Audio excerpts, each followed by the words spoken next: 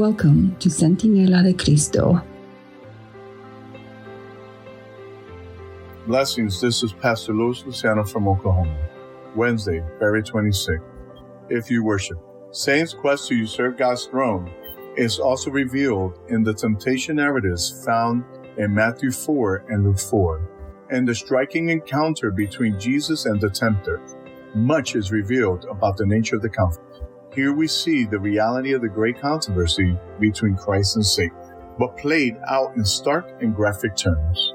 Read Matthew 4, 1-11. How is the reality of the great controversy between Christ and Satan revealed here? The Spirit had led Jesus into the wilderness for the express purpose that Jesus was to be tempted by the devil.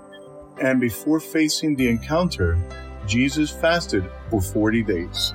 So when the devil came, he tempted Jesus to turn stones into bread, playing on Jesus' extreme hunger. But Jesus countered this temptation with Scripture, and Satan's ploy failed. Then, in an attempt to get Jesus to act presumptuously, the devil tempted Jesus to throw himself down from the pinnacle of the temple. Satan twisted Scripture to suggest that if Jesus were truly the Son of God, angels would protect him.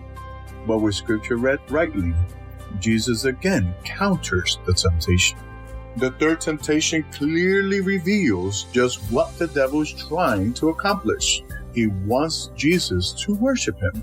Satan attempts to usurp the worship that is due to God alone. And to do so, he showed Jesus all the kingdoms of the world and their glory, and then claims, "All these things I will give you if you will fall down and worship me." Matthew 4, 8 and 9.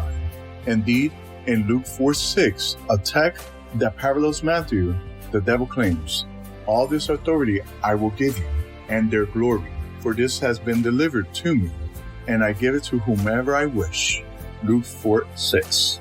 Once again, Jesus counters the temptation with Scripture, and again, Satan fails. In all three cases, Jesus used Scripture to defend against the enemy's attacks. Ephesians 6:12 reminds us that we do not wrestle against flesh and blood, but against principalities, against powers, against the rulers of the darkness of this age, against spiritual hosts of wickedness in the heavenly places. Though we shouldn't live in fear, why must we always remember the reality of the struggle going on around us?